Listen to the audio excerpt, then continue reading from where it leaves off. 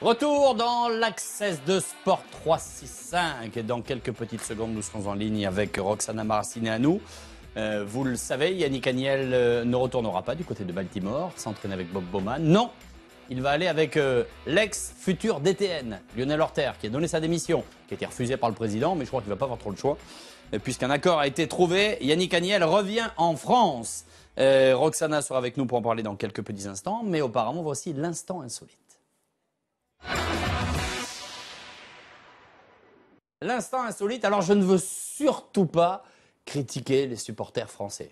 Mais bon, vous allez comprendre pourquoi. Regardez du côté de Roissy hier, au moment de l'arrivée de l'équipe de France, après cette formidable Coupe du Monde, du côté de l'Espagne. Salut les copains, salut Pichoun, bonjour monsieur. Une dizaine de personnes, sympathiques, tout allait bien. Voilà, bon, c'était sympa, c'était gentil. Très sympa. Ouais, non, c'était très sympa. Quel est le problème? Il n'y a pas de problème, véritablement. Mais regardez ce qui s'est passé du côté de Belgrade quand les Serbes sont arrivés. Là encore, c'était hier. C'est pas la même chose. Ouais, mais effectivement, ils sont finalistes. Oui, enfin bon, ils sont finalistes, mais nous... Non, mais c'est des images d'archives, ça. Non, je te jure que c'est vrai. C'est hier, à Belgrade, qu'ils ont pas gagné, hier soir, t'imagines? Et en plus, ils se sont fait la Ils ont pris 30 points en finale, les gars. Bon. C'est juste incroyable. Bon, ça c'était top. Alors attendez, parce que comme on est en direct, il faut qu'on change les... Bon, ça c'est pas de problème. On est ravis d'accueillir nos deux invités, que sont Carole... Alors je ne sais pas comment on dit Carole. Grundisch, qui a 28 ans. Exactement. On est ravis de t'accueillir. Tu es quadruple championne de France. Alors, il y a débat ou il n'y a pas débat? Ping-pong ou tennis de table? Nous, on dit ping-pong entre nous. Mais les gens en général, ils ont tendance à nous dire tennis de table pour faire plus pro. Mais nous, on dit ping. Ah ouais, d'accord. Ouais. Toi, tu joues au ping. Ouais. C'est mieux. On joue tous au ping. On est ravis de t'avoir avec nous. Abdelkader Salifou a 24 ans. Il est vice-champion de France 2013. Salut à toi. Bonsoir. 24 ans? Oui. Non, c'est vrai, quand on le regarde, on dirait qu'il a 18 ans, disons. C'est vrai, hein? C'est gentil. Non, tu fais tout jeune. Il y a les championnats d'Europe par équipe du 24 au 28 septembre du côté de Lisbonne. Le ping-pong est un sport qui souffre, entre guillemets, de peu de médiatisation. Parce qu'il n'y a pas assez de résultats à l'échelon international, vous pensez, Carole? Oui, je pense qu'il faut quand même qu'on brille. On l'a vu quand il y avait Gatien qui gagnait des titres. On en parlait forcément un petit peu. Là, c'est vrai que c'est dur. Et puis, c'est de plus en plus dur de briller au niveau international. Pourquoi? Parce qu'il y a énormément le niveau est relevé. Il y a énormément de moyens qui sont mis en place dans les différents pays qui n'étaient pas au devant de la scène avant. Donc, les joueurs, les petits pays sont de plus en plus forts. Et puis, il y a beaucoup de Chinois qui envahissent entre guillemets les pays européens. Et c'est pas un cliché. Non, et qui sont quand même les meilleurs dans ce domaine-là, quoi. Abdelkader, tu en vois partout des Chinois? Nous, en garçon, on en voit un petit peu moins, mais c'est vrai que les meilleurs Chinois mondiaux sont vraiment très forts, presque hors d'atteinte, puisqu'il n'y a pas très longtemps, on est parti en stage en Chine et on s'est retrouvé face à eux, on a vu un petit peu leur réservoir et c'est vrai qu'ils sont très nombreux, ils sont vachement forts et c'est toujours compliqué. Je ne sais pas si vous entendez, là. On entend le bruit, vous savez ce que c'est ça? C'est la Porsche où il a coupé le pot à la Roche qui s'en va. Oui, non, c'est ça les footballeurs. Vous croyez qu'il vit à la Roche? Vous pensez qu'il vit simplement? Tiens, entendez-le. Juste une autre petite question là-dessus. Tu nous dis que eux sont meilleurs que nous. Alors, parce qu'en termes de volume, ils sont plus nombreux déjà. Déjà, ils sont 200 millions de licenciés. Ouais, ça fait beaucoup. Ah oui, 200 millions de licenciés C'est un sport au ping en national. Chine. C'est ça. Oui, c'est le sport national. Voilà. Ok. Après, est-ce qu'ils disposent de... Alors, rien que le nombre de licenciés, c'est 3 fois la France quand même. Est-ce qu'ils disposent de moyens financiers plus importants, d'organisations bien mieux établies que ce que l'on peut avoir nous en France? C'est sûr. Par exemple, tu as commencé à quel âge? Moi, par exemple, j'ai commencé à 10 ans. Donc, en Chine, en général, ils commencent déjà à 5 ans. Donc, on a déjà 5 ans de retard pour commencer. Après, c'est vrai qu'au début, j'ai commencé en loisir. Eux, ils commencent directement ils doivent tourner à 4 heures à peu près d'entraînement par jour. Pardon, à 5 ans? Oui. Ah oui. Oui. Donc, ça commence déjà très fort à cet âge-là. Oui. Donc, après, ce qui se passe, c'est que, bien sûr, en étant les meilleurs au monde, ils ont 200 millions de licenciés. Ils s'entraînent beaucoup. C'est eux qui ont les champions du monde, les champions olympiques, et forcément, après, ils transmettent beaucoup. Donc, ce qui se passe, c'est que nous, on est désavantagés déjà par rapport à ça, donc par leur nombre, par les entraîneurs, les entraîneurs, je voudrais dire, plus un petit peu par leur expérience. Voilà, et surtout, c'est que quand on a 200 millions, on peut les entraîner énormément. Le problème, c'est qu'il y en a beaucoup qui se cassent. Et Mais ils s'en Voilà, foutent. donc Ils s'en peuvent foutent parce se que, permettre d'avoir du déchet. voilà. Alors que Nous, on a si besoin de vous deux. Voilà, nous, si on fait ça, s'il y en a un qui se casse, il faut le réparer rapidement pour le remettre en selle. Donc c'est toujours un petit peu compliqué de rivaliser face à cette philosophie-là. Toi, tu as commencé à quel âge? J'ai commencé aussi à 10 ans, mais pareil, c'était pas 2 fois par jour, c'était 1 fois par semaine, quoi. Le mercredi ça de 6 à 7, dans un petit club dans le Jura qui s'appelle Mouchard. Et puis voilà, après, nous, on a un parcours. Là, le système est quand même bien mis en place pour la détection. Il y a énormément de jeunes qui font d'excellents résultats. Maintenant, c'est le passage en senior qui devient plus compliqué. Et c'est ce que disait Abdel, c'est que les Chinois, ils ont aussi l'expertise, ils ont les meilleurs entraîneurs. Donc, tous les petits détails, justement, à nos âges, quoi, entre 20 et 25 ans, dont on a besoin pour passer des caps. Non, je suis désolé, t'as 28 ans, Carole. Oui, mais j'ai pas eu les techniques entre 20 et 25, pardon. c'est pour ça. Et voilà, eux, ils ont ça, que nous, on est un peu en manque à ce niveau-là. David.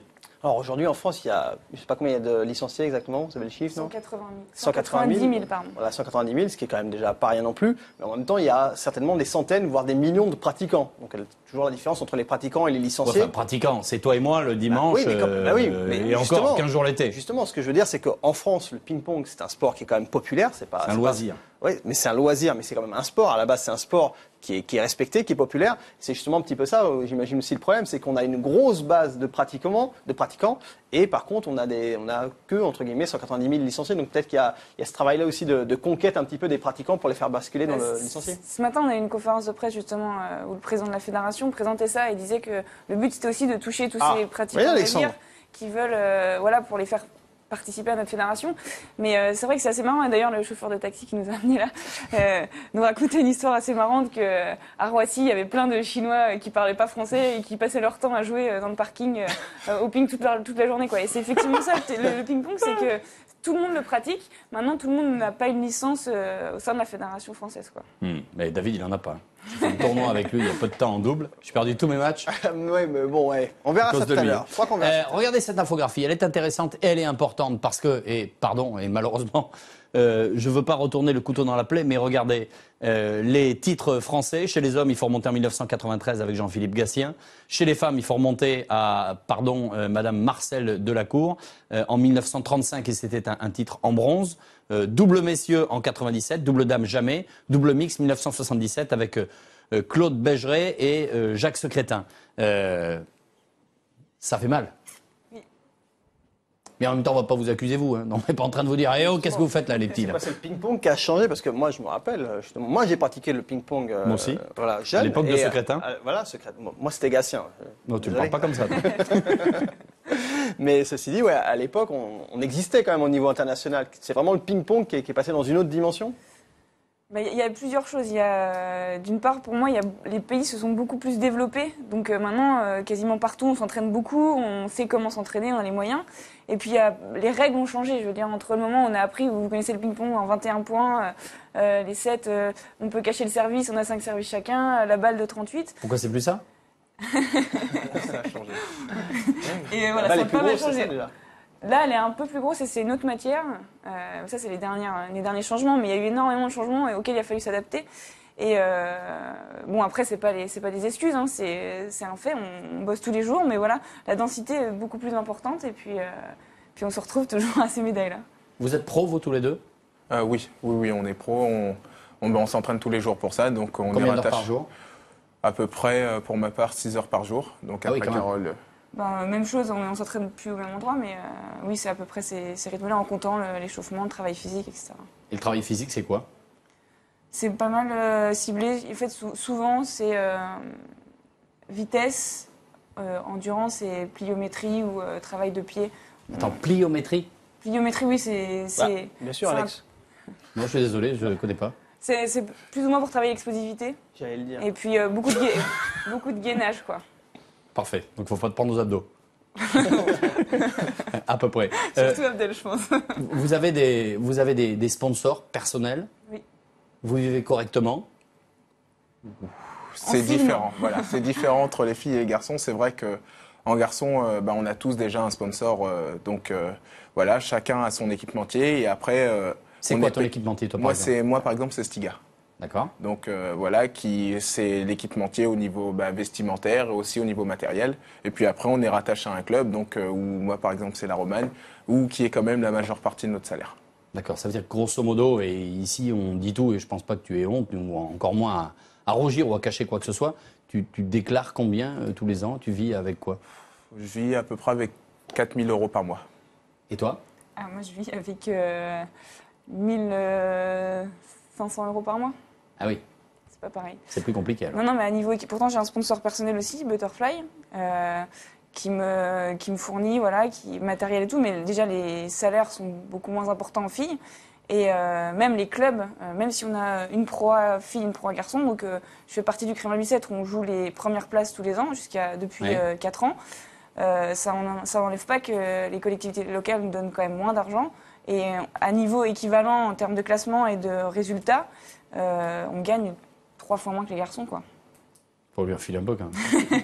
J'y pense.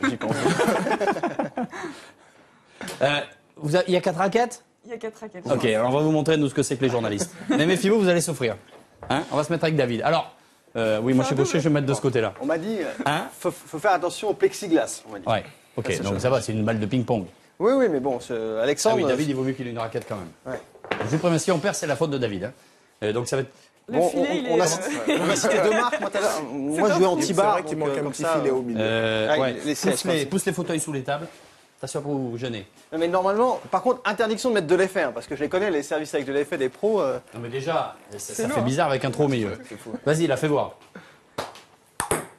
Bon, jusque-là, ça devrait. Oh là. Ouais, Oh, ouais, il est là, papa. Allez, tu m'étonnes qu'elle gagne que 1500 par mois. C'est ce que j'allais dire. On la tient, Carole. Oh, papa, ils sont entraînés. Ils sont entraînés. Partout. On est bon surtout. Mais qu'est-ce que... Attends, il y avait un effet là. Non, Je te dis non, toi. non, moi j'ai rien fait. Bon, mais toi, t'as rien fait. La raquette, elle a fait. Fais Voilà. gaffe, David. Il a plein de balles, c'est pas grave. Allez, vas-y. Bah, Alex, faut la mettre dans le. Parce que là, on est en direct. Hein. La table elle est plus petite que la normale. Ouais, mais. Allez 2-1. À nous. Attends, Comment ça, attends. 2-1 seulement Attends. C'est ça. T'as vu que ça saute? Allez, ils sont là. Bon, maintenant, ils vont s'énerver, je crois. Là. Allez. Regarde, toi. Attends, fais gaffe, il va faire un truc. Ouais, je sens, il y avait de l'effet. J'ai... Deuxième service. Ah non, non, Allez, c'est ah, quoi, si, c'est c'est pour le tennis, ça. Si. Ah, il y a plus fort là un peu, non? Attends, donne-moi une un peu. Remets-la. Attends, après tu vas nous apprendre en effet. Ils ont des Vous codes. êtes prêts? Allez, Merde. Non, elle est fausse. Ah non, si, elle est bonne. Elle est bonne. Elle a Non, elle est passé pas le fil. bonne, Elle elle est pas bonne, a c'est passé le milieu. Non, elle est pas bien. D'accord. Apprenez-nous un effet. Un effet. C'est quoi un effet compliqué dans le jeu? Bah, c'est la combinaison d'effets qui c'est surtout compliqué. C'est-à-dire quoi? C'est-à-dire on peut faire quand on passe en dessous de la balle, donc la balle elle tourne comme Ouais. ça, c'est un effet coupé. Quand on passe au-dessus de la balle, c'est un effet lifté. Oui, nous prend pas pour des jambons non plus. Ah Hein. non, on sait jamais. Un peu comme Nadal quand il fait un. Oui, Voilà. ça on sait faire. nous. Sauf Et- qu'au ping-pong, on peut ajouter des effets latéraux. Donc on peut faire latéral coupé, latéral lifté. Ok, alors moi je vais te faire un coupé et tu vas me faire un latéral coupé. Là il est coupé, ok. allez, Voilà. j'ai Et bien coupé. voilà, il n'y arrive pas. Non, Il y j'étais arrive pas pas. prêt. Je n'étais pardon. pas prêt. Je ne regardais pas. Il est pas mal celui-là de ça. Ah. Ah. Elle est bonne ou elle est pas bonne? Elle est pas bonne. Tout à l'heure, elle était pas bonne. C'est Faut juste un demander à scandale. l'arbitre, il est où, On l'arbitre rappelle que Roxana Maracineanu sera en direct avec nous dans quelques minutes pour parler de l'avenir de Yannick Agniel avec T'es monté la terre. Monsieur Lionel Hurter. Donc maintenant, Allez, après, vas-y. il y a aussi, par exemple, nous, on sert beaucoup d'effets latéraux pour diriger la balle. Où est-ce Donc la qu'on balle, veut. elle a Voilà, un effet comme ça, quoi. Voilà, c'est surtout pour que l'adversaire, quand il la touche, pour qu'elle revienne du côté qu'on veut surtout, pour qu'on puisse se placer, puisque oblige la un difficulté petit peu, du ping, d'accord. c'est que c'est très rapide, et il faut quand même anticiper beaucoup les choses pour pouvoir jouer Donc contre l'adversaire. explique-moi ce que tu vas faire et du coup ce que je vais faire. Bah non, je vais pas l'expliquer, je vais le montrer. Si lui, la balle elle va partir. Ah là, il y a eu un truc bizarre, ouais. Par contre, Allez, à faut moi, toucher c'est la prêt? balle. Vous êtes prêts là? David, merde, Ouais, c'est putain. Robert que je loupe. Oh là là là là. Vas-y. Oh là. Voilà. Ah là, il y a un Ça, peu- c'est l'exemple type que l'effet, si on contrôle pas assez bien la raquette, si on n'oriente pas la raquette en opposition, la balle va partir directement de ce côté. Ou de l'autre côté, si on inverse l'effet latéral. Voilà. Et c'est toute la subtilité en fait qu'on peut pas forcément voir à la télé. C'est une notion de gestion d'effet, quoi. Ouais. Puis c'est que ça va vite surtout. Hein. Oui, aussi. On est d'accord. Une balle, ça va à quelle vitesse? Je sais que ça peut aller jusqu'à, sans vouloir dire de bêtises, 150 km/h de moyenne. Ouais, je pense même 200. Voilà, 150 km/h. même 200 pour les S'il y coups, a des idées, pour un les coups match, les plus forts, ça va plus vite Bah, que la 200 distance encore. est plus courte. Finalement, Donc, c'est plus l'effet qui donne de la difficulté ou c'est la vitesse ou c'est la combinaison des deux? ça dépend des systèmes de jeu en fait. Il y a des systèmes de jeu les garçons par exemple mettent beaucoup plus d'effets que les filles. Donc contrôler cet effet c'est compliqué. Oui, Il y a les des filles, les filles sont moins pervers. Ah ça dépend, elles doivent jouer avec moins C'est pas d'armes. moi qui l'ai dit. C'est pas. Tu peux le redire? Non. Elles jouent avec moins d'armes globales, donc elles doivent gérer plus. Par exemple, les Asiatiques jouent très vite. Les Japonaises, elles sont toutes petites et Elles prennent la balle très tôt. ouais, très tôt et leur balle part très Tu vite. vois, c'est ça qui te manque, David. Prendre la balle très tôt. Non, j'étais pas mal là. Un mot quand même sur ces championnats d'Europe par équipe du 24 au 28 septembre à Lisbonne. Quelles sont les chances tricolores? Chez les filles, ça va être très compliqué parce Commence que pas. Si tu vas perdante, c'est un qui aille. ça va être compliqué. On a une poule très dure. On a les championnes d'Europe en titre, les Allemandes. Ensuite, on a l'Autriche avec donc 2 Chinoises naturalisées qui sont voilà dans les meilleures mondiales. Ah mais ça c'est triché. En France, on naturalise des Chinois? On naturalise pas. Elles sont devenues françaises, voilà, elles sont citoyennes françaises, quoi. Mais oui, c'est quand même ce qui se passe le plus possible au niveau européen, c'est qu'il y a énormément de Chinoises dans différents pays qui ont été naturalisées, donc par le pays ou parce qu'elles vivent depuis longtemps dedans. Donc voilà, on a la Turquie aussi avec donc une Chinoise naturalisée qui joue très bien. Et donc on espère sortir de poule, mais ce serait quand même déjà un exploit. C'est triché. Comment tu fais, toi, ma petite Française du Jura? Bah, je m'entraîne. Abdelkader, chez les garçons? Bah, nous, chez les garçons, on a une poule un peu plus clémente, c'est vrai, puisque ça sera la Slovaquie, l'Espagne et la Grèce. Donc la Grèce qui a fini médaille de bronze l'année dernière. Nous, on va essayer d'aller chercher une médaille, puisque je pense que c'est possible. On l'a déjà fait il y a 3 ans, donc maintenant, on va essayer encore de voir un petit peu ce qu'on peut faire, et ça va dépendre un petit peu du tirage, puisqu'il y a quand même deux équipes qui sont vraiment au-dessus. Il y a les Allemands, donc qui sont multi-champions d'Europe. Oui, Je mais sais pas plein de combien- Chinois, ça va. Sans Chinois. Ils jouent beaucoup au ping-pong, les Justement, Allemands. Justement, les Allemands, c'est vraiment le pays hors Asie qui arrive vraiment à concurrencer les Chinois, puisqu'ils ont été vice-champions olympiques par équipe. Puis ils avaient l'ancien numéro Comment il 1 s'appelait? mondial. Timo Boll? Voilà, Timo Boll. Alors, Et s'ils y arrivent, les Allemands, on peut y arriver. c'est ça, c'est vrai. C'est Ouais. l'objectif. Mais enfin, les Allemands, si Ouais. on doit arriver à faire tout ce qu'ils parviennent à faire, notamment en sport, On les connaît. Ouais. Ouais, de manière d'accord. générale, on aura fait un grand pas. Exactement. On est d'accord. Bon, vous restez avec nous. Vous aimez bien la natation? Oui. Non. Vous savez nager? Oui. Tu sais nager? Si. Allez, ne bougez pas. C'est le fait du jour. Roxana Maracineanu est en direct avec nous. Ma chère Roxana, bonsoir. Allô, allô? Est-ce que Roxana m'entend? Elle n'entend pas. 1, 2, 3, elle arrive. Un petit problème technique, il faut appuyer sur le bon bouton. Ah ouais, mais c'est pas facile. Hein. Si, C'est un je drôle de vous entends. métier. Hein.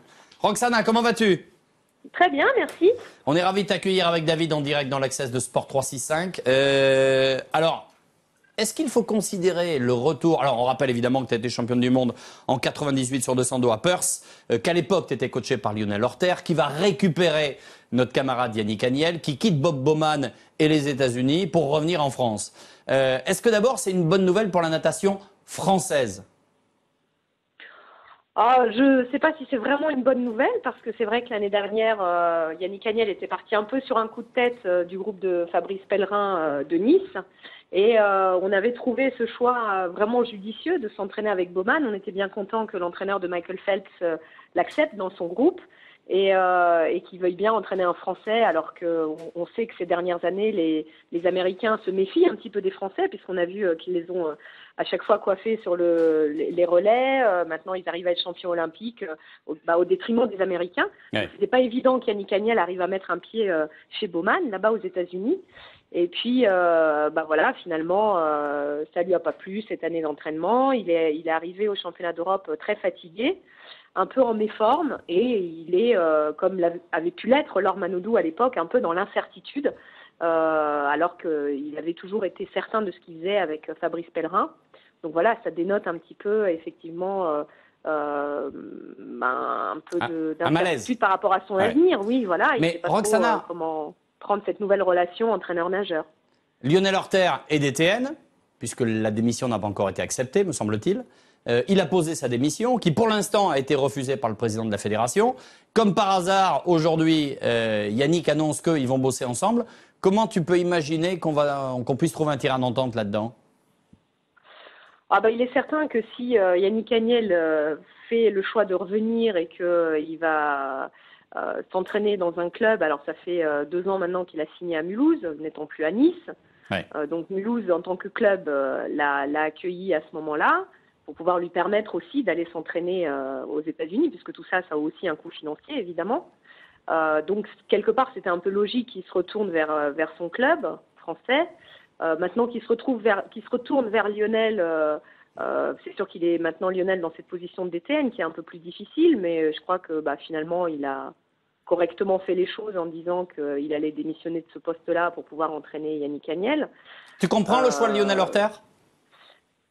Oui, alors après, il y a aussi d'autres choses qui rentrent en ligne de compte, des relations un peu difficiles entre la DTN, les élus de la Fédé. Enfin voilà, tout ça, c'est un peu le flou artistique, comme dans toutes les Fédés, parce que c'est difficile de cohabiter entre la direction technique, les élus, les salariés des Fédés, donc tout est un peu compliqué à chaque fois. Mais voilà, par rapport à ce problème bien précis qui est, est-ce que on peut continuer à être DTN et s'investir à 100% en tant qu'entraîneur?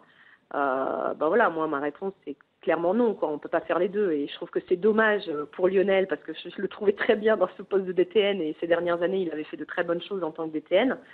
Maintenant je sais aussi, enfin je fais confiance à ses qualités d'entraîneur puisque moi il m'a entraîné, il en a entraîné bien d'autres d'après moi qui ont réussi au plus haut niveau international. Donc si vous voulez au niveau français, s'il avait à revenir en France, il n'y avait pas énormément d'autres solutions, quoi. En gros il y avait voilà, soit revenir avec Pellerin, soit chercher Philippe Lucas, soit se retourner vers Lionel Orter. Voilà, c'était à peu près les 3 entraîneurs qui tenaient la route quand on parle de confiance comme ça à accorder à quelqu'un par rapport au niveau international que Yannick Agnel cherche à viser. David. Bonsoir Roxana. Alors avec Baumann et avec Orter, on parle bien sûr de très grands entraîneurs, mais qu'est-ce que Lionel Orter peut apporter à Yannick Agnel que Baumann n'a pas réussi à lui apporter? Peut-être une attention un peu plus particulière à son état de forme, à sa manière d'évoluer dans l'eau, à sa technique. Il faut savoir quand même qu'aux États-Unis, voilà, on a beau dire, c'est vrai, ils ont de grands champions à chaque fois, sur chaque Olympiade, sur chaque championnat du monde, mais c'est jamais les mêmes champions. Et c'est aussi, il faut pas l'oublier, parce qu'ils ont un vivier énorme au départ. C'est pas forcément parce que c'est des bons techniciens, c'est pas forcément parce que ils ont une grande réflexion sur la technique, sur la natation, sur l'entraînement. C'est surtout parce qu'ils ont un grand vivier et qu'il y a des méthodes d'entraînement à l'américaine, quoi. Voilà, on va tous dans l'eau, on est tous là super motivés, on se tape dans les mains et puis on est content parce que les copains d'à côté, ils gagnent des médailles, nous aussi on va gagner des médailles. Ça marche un peu comme ça aux États-Unis. Chez nous, c'est pas du tout comme ça, quoi. Si on est arrivé au niveau où on est aujourd'hui, c'est parce qu'il y a quand même une réflexion, il y a une école de la natation française qui est très performante, beaucoup d'échanges entre les entraîneurs. Et c'est vraiment un exploit ce que la France a fait ces dernières années. Mais Roxana, c'est quoi la patte Orter? C'est tout ça un peu. C'est pas un hasard s'il est arrivé à la tête de l'équipe de France. Il y est là depuis, je crois que c'est l'entraîneur qui est depuis le plus d'années. Quand nous, on est rentré en équipe de France, c'était dans les années 96-97. C'est le seul qui a tenu le coup pendant toutes ces années, jusque maintenant en 2015 bientôt. Donc évidemment, c'est lui qui détient un petit peu tout ce savoir. Il a vu passer de grands entraîneurs, de grands nageurs, certains qui se sont entraînés avec lui aussi, il les a aussi récupérés dans des périodes difficiles, comme ça a pu être le cas pour Laure Manodou. Donc voilà, c'est celui qui a été là au début, qui a duré, qui est encore là aujourd'hui. Donc je crois que rien que ça, cette histoire des résultats que la France a eus ces dernières années, c'est ça la patte Orter. C'est peut-être ça aussi que Yannick Agnel peut trouver à Mulhouse avec lui. Roxana, dernière question, et merci d'être en direct avec nous encore. Roxana, parce que j'imagine qu'il n'a pas perdu sa glisse, il n'a pas perdu sa nage, Yannick, tu penses qu'il peut rebondir quand? Il peut être là dès les mondiaux l'année prochaine? Là, à Berlin, tout le monde disait qu'il nageait mal, qu'il avait une mauvaise technique. Moi, personnellement, j'ai pas trouvé que ça s'était beaucoup dégradé. Il était plus lourd dans l'eau, effectivement, parce que sûrement, et ça se voyait sur son physique, il avait fait plus de musculation aux États-Unis. Donc ça fatigue musculairement, nerveusement. Maintenant, sa technique de nage, il l'a toujours, sa belle nage en crawl. Il a évidemment l'expérience d'un titre olympique, d'un titre mondial, donc ça se perd pas, hein, c'est toujours ça de gagner. Maintenant, il faut que Lionel Orter arrive à discuter avec lui en adulte, arrive à lui donner ce que Fabrice Pellerin n'arrivait pas à lui donner à l'époque en termes d'autonomie, quant à ses choix d'entraînement, à ses choix de vie et tout ça, et qu'il arrive aussi à apporter un peu plus de finesse dans l'entraînement, alors que peut-être Bob Bowman, moi je n'étais pas aux États-Unis, mais on dit que voilà, qu'il les ait un peu tous s'entraîner de la même manière. Lui-même se sentait comme un nageur de 16-17 ans à qui on veut apprendre la vie, alors qu'il était quand même champion olympique. Quoi. Évidemment. Donc, Roxana, juste pour terminer, parce que malheureusement on est déjà au terme de l'émission, juste oui ou non, il peut être champion du monde dès l'année prochaine, Yannick? Oui, moi j'y crois, oui, bien sûr, il peut être champion du monde. On s'arrête là-dessus. Merci mille fois, merci d'avoir été en direct avec nous. À très bientôt dans l'Access de Sport 365. Merci mon cher David. Mais alors là, vous nous revenez avec des belles médailles. Hein. Donc toi, tu l'as dit, oui, vous pouvez le faire. Et toi, tu nous fais l'exploit, Carole. Hein. Ouais, comme ça, on pourra dire qu'on a battu des oui. champions d'Europe. Comme ça, on pourra dire qu'on les a mis en difficulté quand même. Vous avez senti le toucher de balle ou pas? Pas mal, hein. Ouais, que c'est suite à cette difficulté qu'ils se sont remis en cause et qu'ils ont progressé pour les championnats d'Europe. Ouais, ok, ouais. Bon, ben merci. Hein. À demain. Salut à tous. Passez une bonne soirée. Et puis, allez Monaco quand même.